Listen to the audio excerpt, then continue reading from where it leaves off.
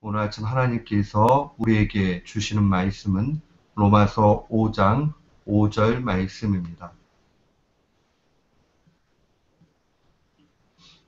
로마서 5장 5절 말씀. 우리 한 마음으로 5절 한 절 말씀 봉독토록 합니다. 소망이 부끄럽게 아니함은 우리에게 주신 성령으로 말미암아 하나님의 사랑이 우리 마음에 부은 바 됨이니. 아멘. 저는 오늘 본문 말씀 로마서 5장 5절 말씀을 통해서 신앙적 관점에서의 믿음, 소망, 사랑이라는 제목으로 주의 말씀을 선포하도록 하겠습니다.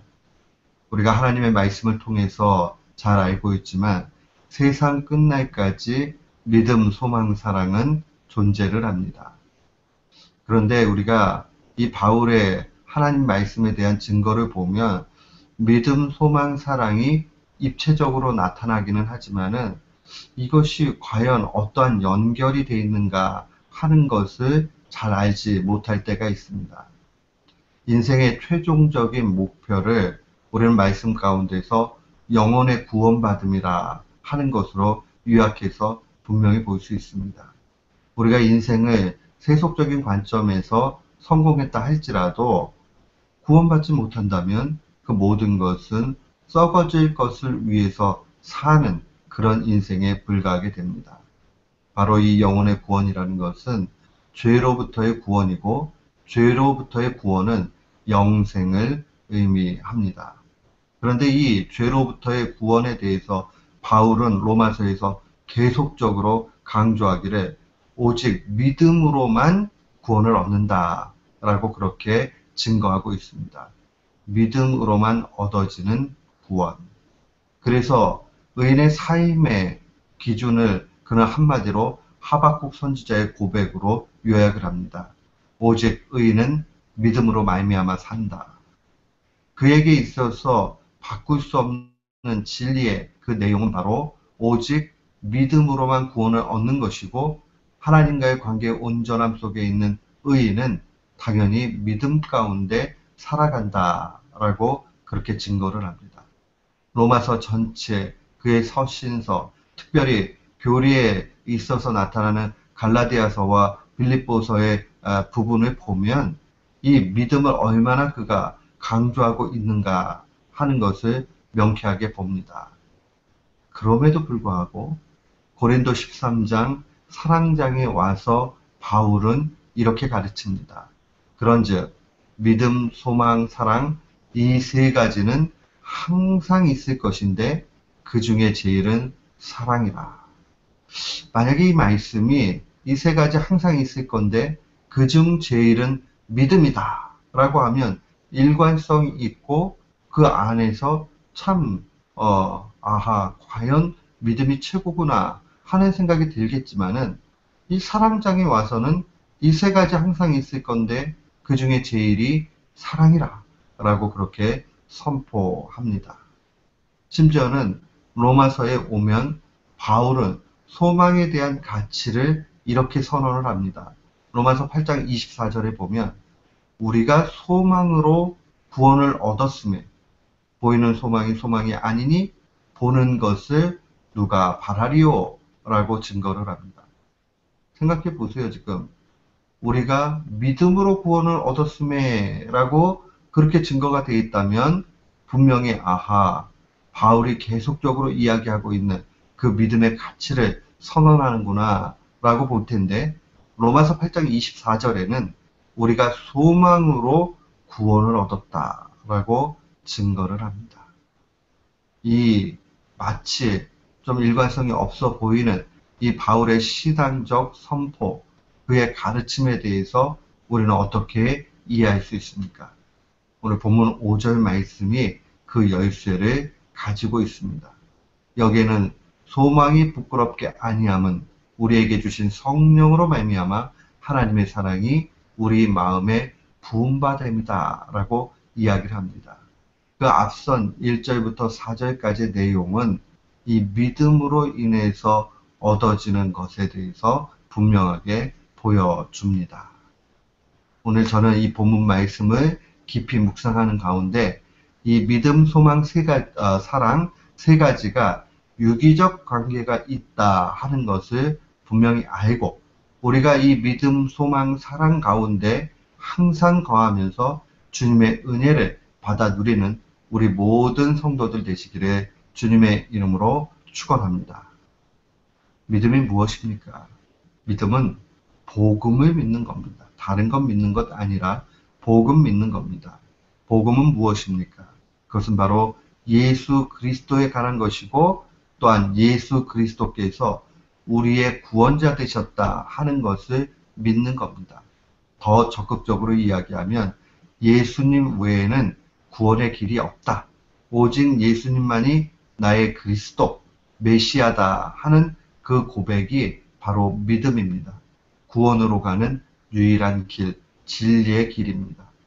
그래서 베드로 사도도 믿음을 가리켜서 베드로전서 1장 9절에 믿음의 결국 곧 영혼의 구원받음이라 라고 그렇게 선언하는 것 보게 됩니다.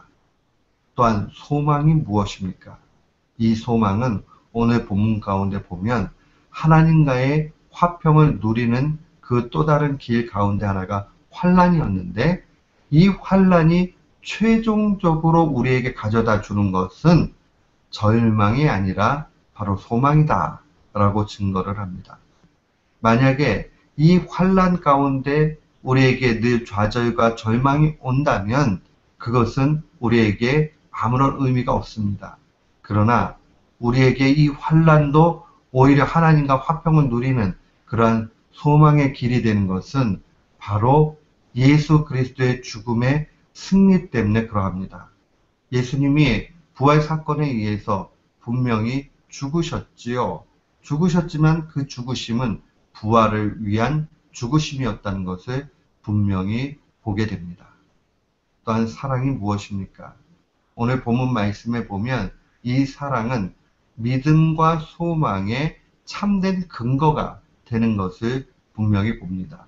우리가 믿음을 갖게 되는 것, 우리의 소망이 있게 되는 것, 결국 하나님께서 우리에게 아들을 주시고 그를 살리신 그의 능력 때문에 그러하다 하는 것을 분명히 봅니다.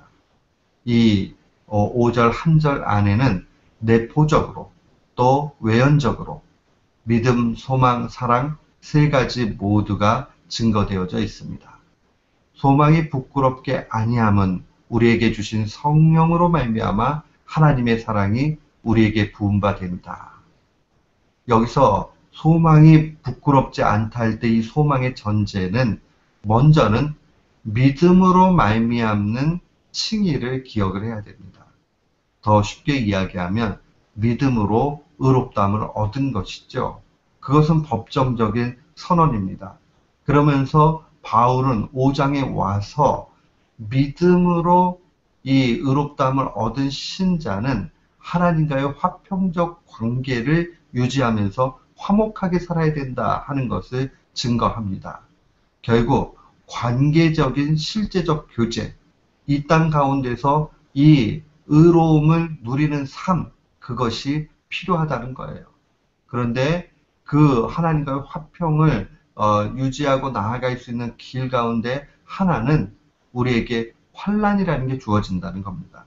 고난이라는 게 주어진다는 겁니다. 어려움이 분명히 있다는 겁니다.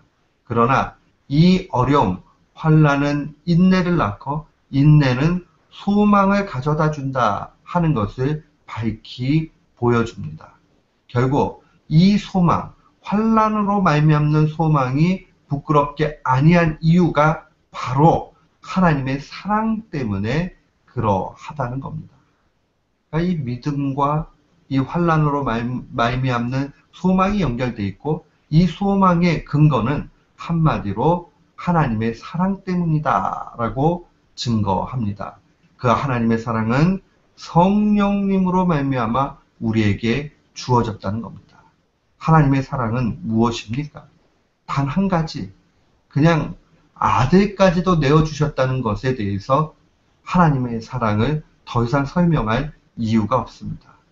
그 신실하심은 우리에게 변치 않는 소망을 갖게 만듭니다.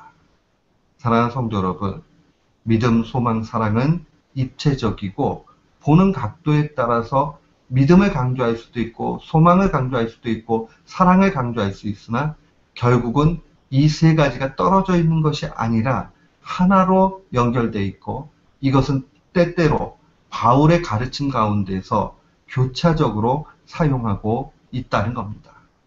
우리가 로마서 8장 24절에 소망으로 구원을 얻었다 하는 말 속에는 믿음을 전제로 한 환난을 통한 소망, 또 하나님의 사랑으로 그의 신실함 때문에 결국 승리하는 그 소망과 연결되는 것이니 결국 믿음, 소망, 사랑이 입체적으로 하나다 하는 것을 분명히 기억해야 됩니다. 우리 신앙인은 참된 하나님의 사랑 속에서 믿음과 소망을 봐야 되고 또한 동시에 참된 믿음에서 소망과 사랑이 성립되는 것을 분명히 봐야 됩니다. 이 모든 것이 온전해질 때 우리는 비로소 하나님을 향해서 더 가까이 나아갈 수 있다 하는 것을 꼭 기억하는 귀한 교우들 되시기를 주님의 이름으로 축원합니다. 아멘.